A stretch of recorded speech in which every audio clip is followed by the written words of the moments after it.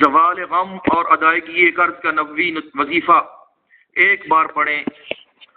اللہم انی اعوذ بک من الہم والحزن واعوذ بک من العجز والکسل واعوذ بک من الجبن والبخل واعوذ بک من غلبۃ الدین وقہر الرجال۔